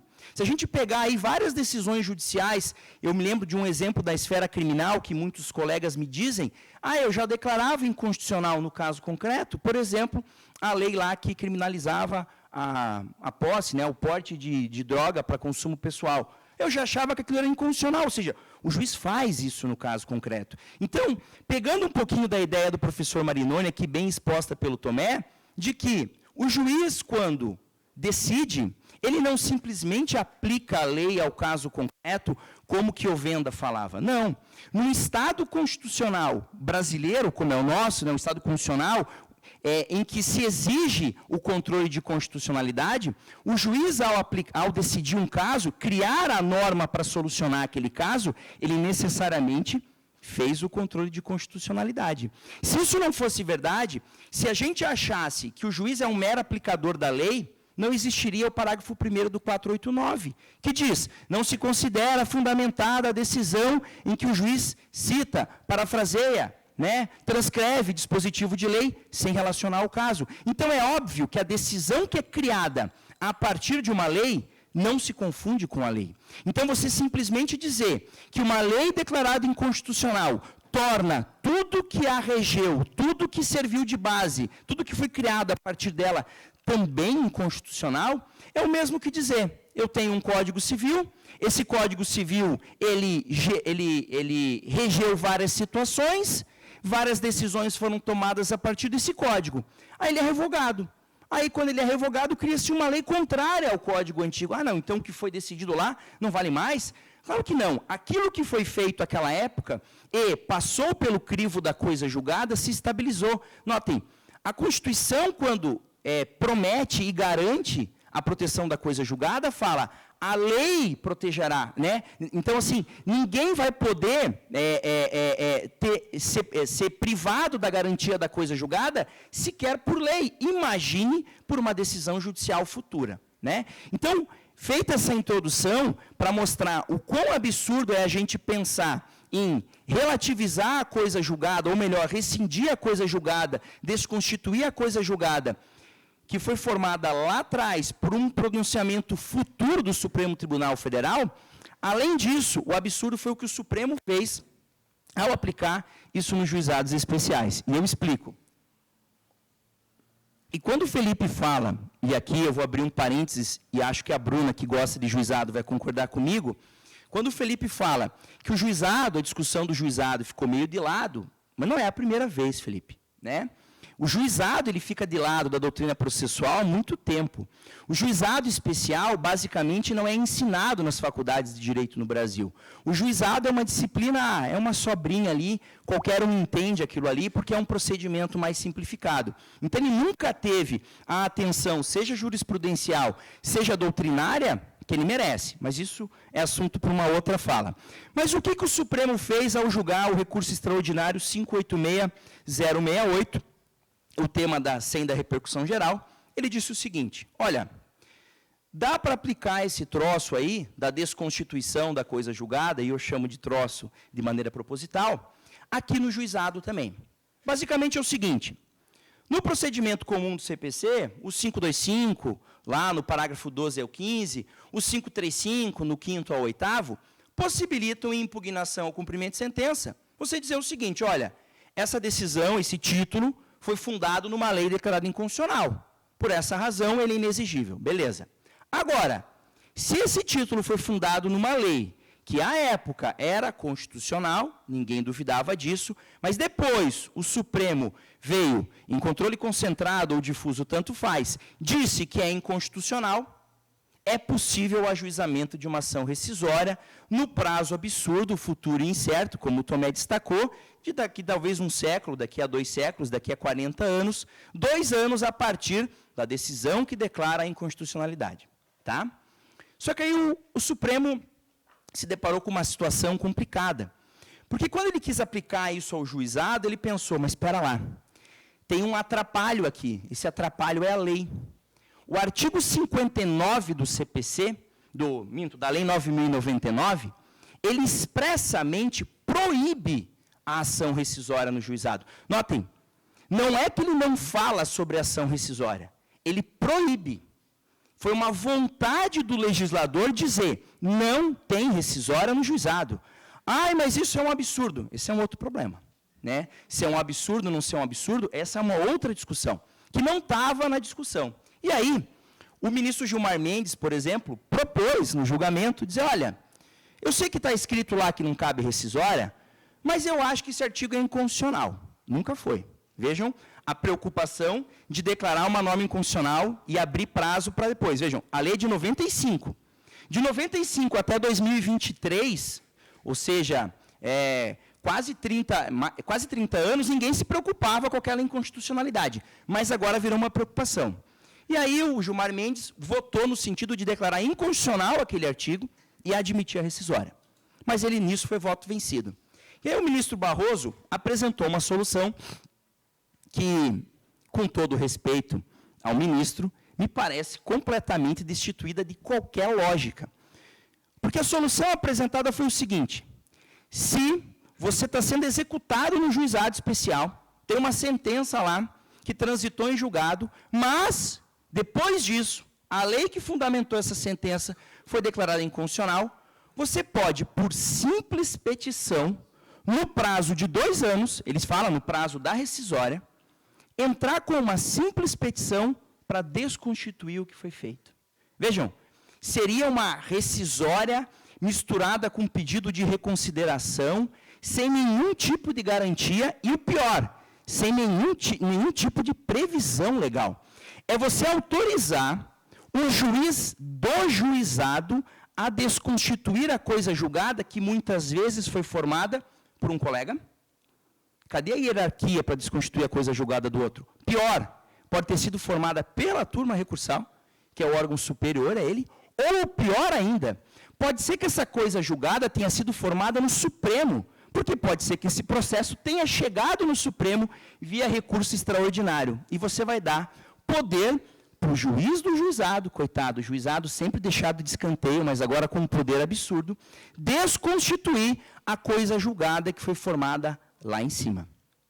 E aí, o ponto que me causa mais estranheza e que me parece que é claramente uma usurpação de competência do Supremo, e está muito na moda dizer isso, né, que o Supremo legisla, o Supremo faz aquilo outro, mas aqui me parece claramente que ele fez, porque quando ele cria um procedimento de rescisão, não dando esse nome, mas é isso que ele faz, né?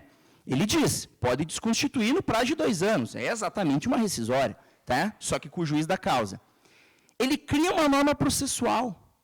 Ocorre que a Constituição, artigo 22, inciso 1º, diz expressamente, compete privativamente à União legislar sobre direito processual. Então, claramente, quando o Supremo faz isso, ele tenta resolver um problema, argumentando que a supremacia da Constituição tem que prevalecer, não é possível que os juizados especiais sigam mantendo entendimentos inconstitucionais. Gente, os juizados mantêm entendimentos infraconstitucionais por muito tempo, porque lá não tem RESP. Foi uma opção do legislador. Foi uma opção do Constituinte de admitir RESP apenas de decisão de tribunal. Agora, o que não dá é a gente, como a Carol disse, né, por uma finalidade talvez que seja nobre, estragar todo o meio e criar um procedimento manifestamente inconstitucional, porque trata-se de lei processual criada por uma decisão do Supremo Tribunal Federal. Tá? Eram essas as observações que eu tinha que fazer, e em 2018, a primeira vez que eu participei das jornadas, eu me lembro que eu saí de lá com muitas dúvidas e pouquíssimas certezas. E a ideia de trazer essas provocações para vocês é que vocês saiam também, pelo menos, com a pulga atrás da orelha em relação a esse ponto. Muito obrigado pela atenção e bom dia.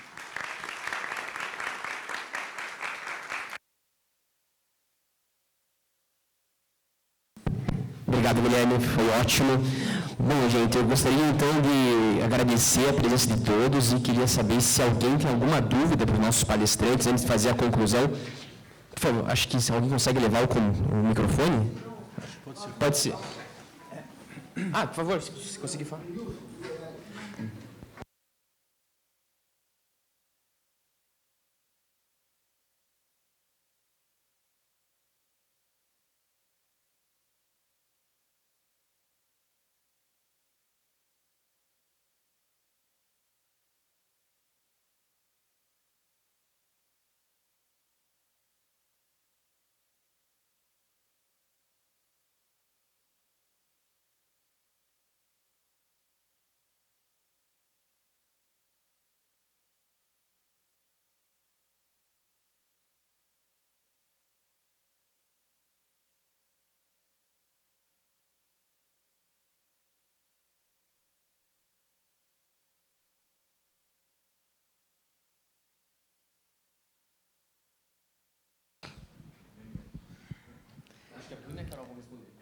Percebeu que jogaram para mim, né?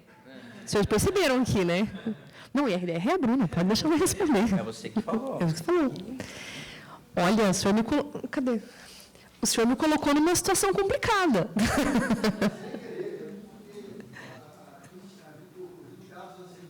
Sim.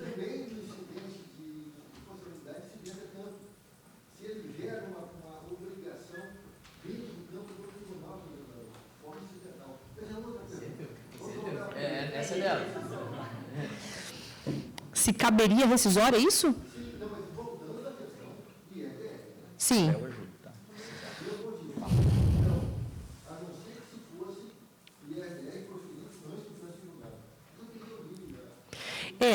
Se a gente for analisar pelo âmbito, vou falar pelo âmbito da minha palestra, se for analisar pelo âmbito dos juizados especiais, de fato não cabe, né? Porque o próprio juizado especial não permite a ação rescisória. Então, de qualquer forma, não caberia.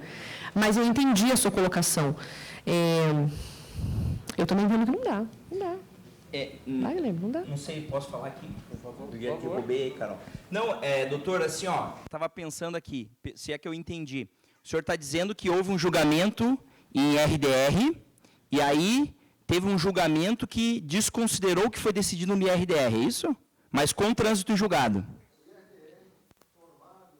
Tá. Perfeito.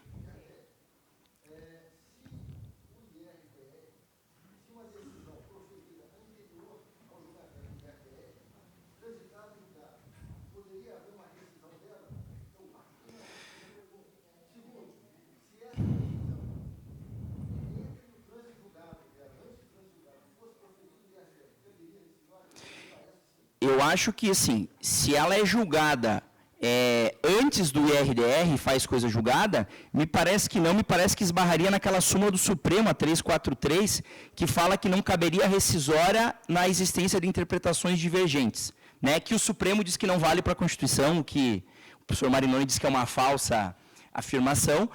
Agora, se fosse depois, aí me parece que sim, pela ideia pelo inciso 5º, que defende a violação a precedente. Como o IRDR, no nosso sistema, pelo 927, é um precedente obrigatório, né, deveria caber rescisória nesse caso aí. Eu acho que esse segundo caso nem ocorreria, porque com o IRDR instaurado, é muito provável que os processos ficassem suspensos. Né? Agora, se por um descuido não foi suspenso, teve a decisão, fez coisa julgada, mas já violando o que já tinha sido decidido lá no IRDR, aí me parece que sim, seria possível rescisória com base no inciso 5º, tá? Que aí seria por violação lá a direito, né, a partir da ideia da violação ao precedente. Eu acho que eu vou em sentido contrário, mas ok, vou levantar uma polêmica aqui. A segunda parte da pergunta diz respeito a uma declaração de inconstitucionalidade perante o órgão especial. Então, vamos supor, eu tenho uma decisão de primeiro grau, ela vai para uma turma ou para uma Câmara do TJ, e na Câmara do TJ tem uma questão que se torna relevante. Né? Até isso foi uma discussão nas aulas do doutorado. Eu não posso afastar simplesmente a aplicação de uma lei pela inconstitucionalidade, mas se eu verifico uma inconstitucionalidade, eu tenho que levar, salvo se já tiver decisão do Supremo ou do próprio órgão especial, senão eu tenho que levar a questão ao órgão especial. Então, eu levo a questão da inconstitucionalidade, no caso concreto, ao órgão especial para que o órgão especial decida. Quando o órgão especial decide, ainda que por controle de constitucionalidade concreto, ele vai decidir com efeitos interpartes e aquela questão gera coisa julgada. Por quê? Porque aquilo está dentro do âmbito do controle de constitucionalidade concreto. Super tranquilo, você consegue utilizar isso para o caso concreto de primeiro grau, caso ainda esteja em tramitação, há uma simples impugnação por petição, ou se já tiver os efeitos temporais da coisa julgada pela medida rescisória. O problema é o entendimento do Luiz Roberto Barroso, do ministro, atualmente. Segundo a mesma lógica, se eu aplicar a mesma lógica do controle concentrado, veja, temos duas cortes constitucionais. A Corte Constitucional Federal tem dito, olha, os efeitos se aproximam. Se os efeitos se aproximam no Supremo Tribunal Federal, se eu utilizar a mesma argumentação no TJ, eu crio uma grande confusão. Porque aí, então, você vai ter, no órgão especial, uma decisão de controle concreto, incidental de constitucionalidade, produzindo efeitos vinculantes e erga erga omnes para todo o Poder Judiciário local. E aí, sim, eu tenho uma grande confusão, porque qual é o limite para isso? Então, a resposta é um pouquinho diferente da que talvez dialogue um pouquinho, mas não no IRDR, no controle de constitucionalidade concentrada. A primeira resposta, a resposta clássica da doutrina seria, ela vai ficar vinculada apenas àquela questão. Ah, mas o Código de Processo Civil determina que também tem fundamento a ratio decidendi, e, portanto, ela também vincula inter partes. Mas, se você adotar a teoria do Luiz Roberto Barroso e ampliar e aproximar os dois efeitos, inclusive no âmbito estadual, aí você pode utilizar para desconstituir os efeitos temporais da coisa julgada. Não sei se eu respondi ou se eu trouxe mais confusão, mas enfim. Eu acho que a gente também tem uma pergunta aqui do lado, aqui também. Não sei se alguém mais levantou a mão. Tá, 1, 2. Você primeiro, você levantou primeiro. Consegue passar?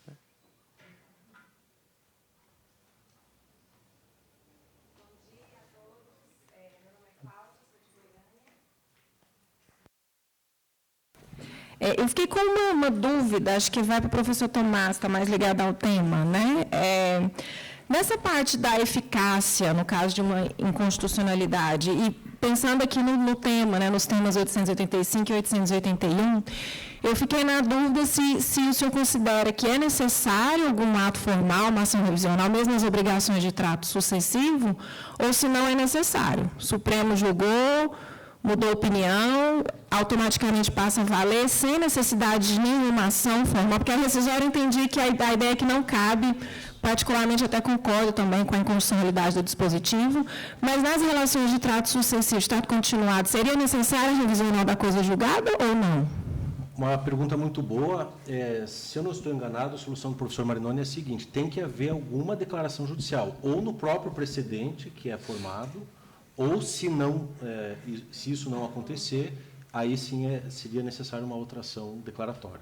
Uhum. Porque na prática isso vai ser um problema, né? Que não vai se exigir, assim, acho. Não vai.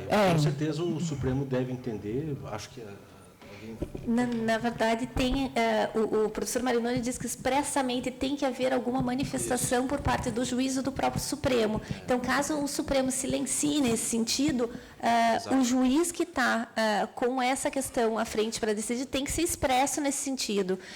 O professor Marinoni, inclusive, coloca que não é possível deixar aos litigantes, então a Fazenda não pode, deu a decisão, a Fazenda não pode, do dia para a noite, passar a cobrar esses tributos.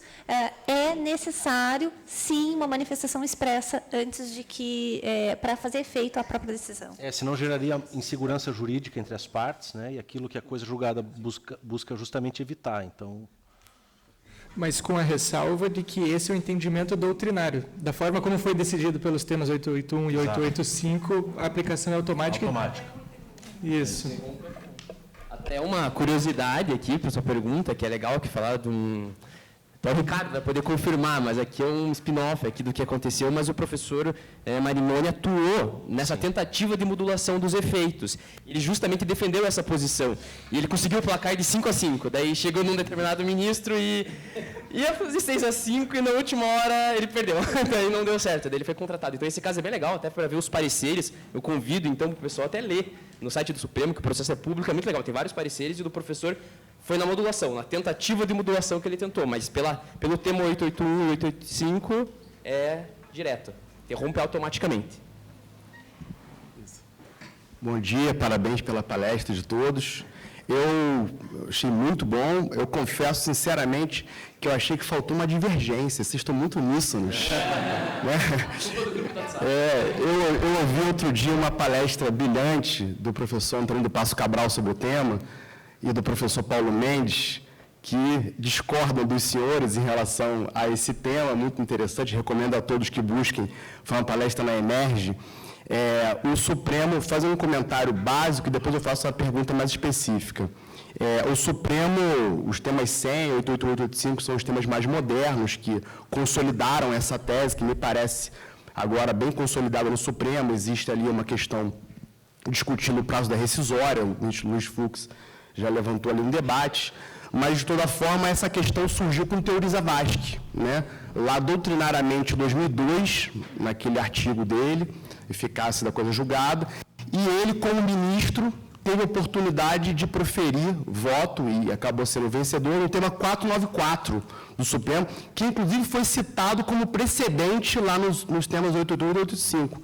Né? Temos também o tema 733, então todos esses temas dialogam, né? E, ao meu ver, de forma uníssona. Né? Então, me parece o Supremo, independentemente da composição, né, muito firme, tá, nessa posição da cessação automática, tá, da sentença transitada em julgado, a partir de precedente posterior vinculante proferido pelo Supremo, muito com base na teoria de que, alterado o substrato jurídico, tá, de uma certa decisão, ainda que esse substrato jurídico possa ser equiparado a um precedente vinculante, e essa é uma discussão interessante, né? Se a alteração do substrato jurídico pode ser equiparado ou não a um precedente vinculante, muita gente escreve no sentido de que sim, né? Assim como se fosse uma lei posterior, por exemplo. Então, esse é um primeiro comentário, né? Se vocês quiserem comentar a respeito, naturalmente, fiquem à vontade. Agora, a pergunta que eu quero trazer a vocês é a seguinte: tomando como base esse entendimento que me parece consolidado do Supremo, vocês entendem que, vejam a hipótese, um recurso extraordinário interposto de um acórdão proferido incidente de repetitivo do TST, similar ao IRDR, tá? É a mesma coisa, grosso modo falando, o RE interposto contra esse acórdão para o Supremo declara inconstitucional uma determinada interpretação, pela turma, vejam só, pela turma, e essa turma, na decisão, diz o seguinte: nós estamos julgando na turma e não no plenário, porque a gente está reafirmando jurisprudência de repercussão geral, conforme permite o regimento interno do Supremo. O regimento interno diz: não precisa ir ao plenário, já tem 2 temas de repercussão geral que já foram decididos nesse caso. Vocês entendem que esse precedente turmário do Supremo, que reafirma a jurisprudência anterior, decorrente, repito, de recurso extraordinário interposto de um IRDR, vamos chamar assim, ele também terá essa eficácia paralisante da sentença transitada em julgado? Ou seja, esse precedente turmário, eu vou no ponto que você comentou da maioria absoluta do plenário, vocês entendem que é possível defender essa tese? Ou seja, tomando como base o entendimento consolidado do Supremo nesses todos os temas que a gente citou aqui. Vocês entendem que esse precedente também faz, às vezes, ele também pode ser utilizado como paradigma? O Supremo já decidiu aqui, turma, reafirmação de jurisprudência, cessa a eficácia automaticamente. É um caso concreto, digo a vocês, eu trabalho na Petrobras perante o Supremo, e nós temos um caso, eu diria, dramático, já há muitos anos, que é exatamente essa discussão, enfim, mas a pergunta, obviamente, é em abstrato. Precedente na turma? É isso que foi formado? É um precedente na turma do Supremo. Mas de declaração de inconstitucionalidade. Perfeito, é anômalo, é bem anômalo. Eu cheguei a perguntar isso para alguns professores, e eles disseram: mas precedente da turma? Pois é, da turma.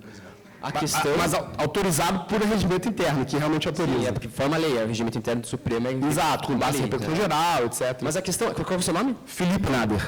Correto, parece Felipe também. Xará. Xará. Olha, quem é o juiz natural do Supremo? Essa é uma pergunta, assim, para deixar claro. Assim, quem que é? Plenário? Plenário. Pronto, o plenário que faz. Precedente. 926, 927 também define que é no plenário que a gente vai formar o precedente. Então, eu acho que assim que a gente consegue. O problema é, se chegar lá e decidir que é assim, a gente já viu, eu comentei uma vez, eu não sei se foi até com o Guilherme, que a gente já viu um recurso extraordinário com repercussão geral ser julgado, deu provimento de forma monocrática. Provimento. Provimento ao recurso, não é reconhecimento da repercussão geral, é provimento para o recurso extraordinário. O que é isso? E era matéria trabalhista. Depois a gente pode conversar de passo. Então, assim... Acho que eu devo conhecer. Eu acho que é um problema. Eu acho que é um grande problema isso. Então, acho que depende do que a gente vê como um processo que é aplicado por todos os juízes, pelo Maurício, pela Carol, nos tribunais superiores, e em alguns momentos que tem um padrão no Supremo e outros que não. E agora, sobre também, antes de passar a palavra para os colegas, eu acho que é importante registrar. Eu, aqui na mesa, eu adiro a posição do professor Antônio Passos Cabral e do Paulo Mendes, tá? Eu acho que é importante falar, mas eu não vou dizer que eu estou aprendendo de mesa. Grande final, É importante comentar isso, que, gente, se for para falar desse tema, a gente tem que citar, além, claro, o professor homenageado, mas quem que conseguiu encampar essa tese no Supremo é o professor Paulo Mendes.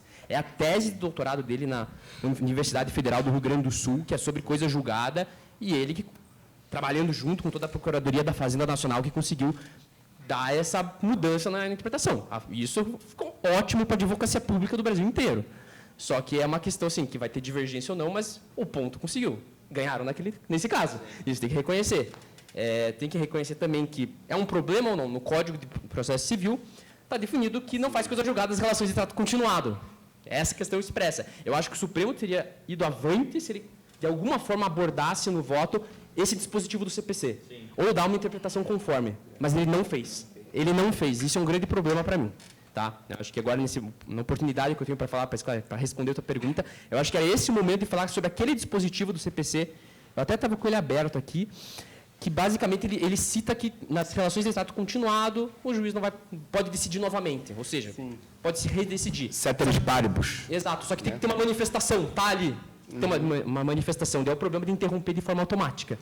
Eu acho que inovou demais. Daí nisso, eu discordo um pouquinho dele, então eu concordo com o Guilherme. Mas quem quiser comentar, eu acho que o Tomé... Não, acho que está bem dentro do que eu diria também. Só preciso pontuar uma questão até... Eu concordo com o Conrado Hubner, com o professor Miguel Godoy, embora o regimento interno do Supremo Tribunal Federal seja entendido como lei, nós temos uma Constituição, e aí eu vou bater na mesma tecla, a Constituição dá competência ao plenário do Supremo Tribunal Federal, e não à turma, e não a ministro isoladamente.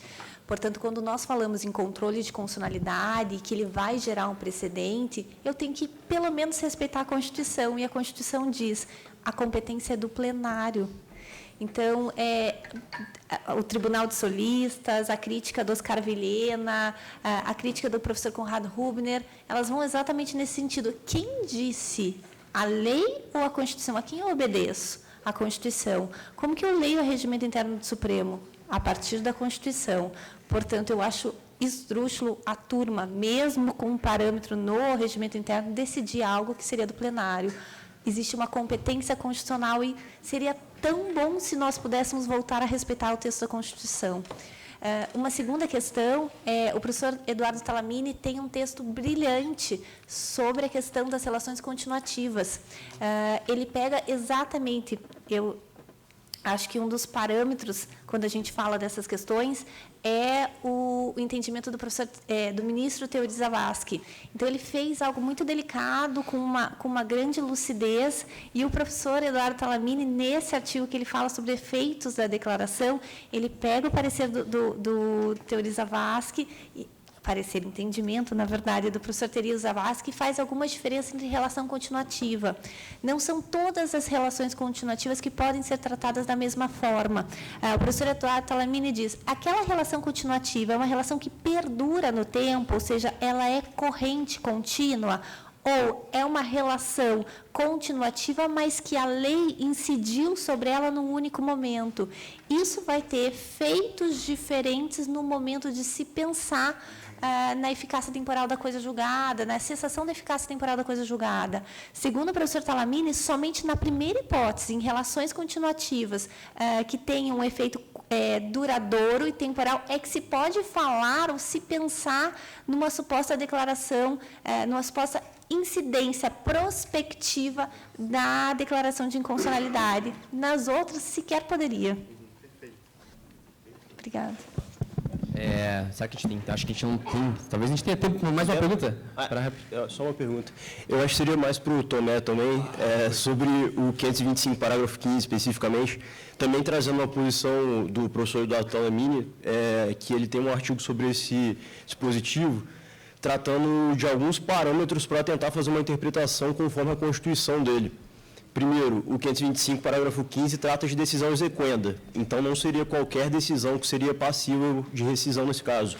Segundo, ele também está dentro da sistemática da impugnação ao cumprimento de sentença. Então, uma interpretação topológica também traria aí uma conclusão de que talvez não seria toda a decisão que seria passível de rescisão.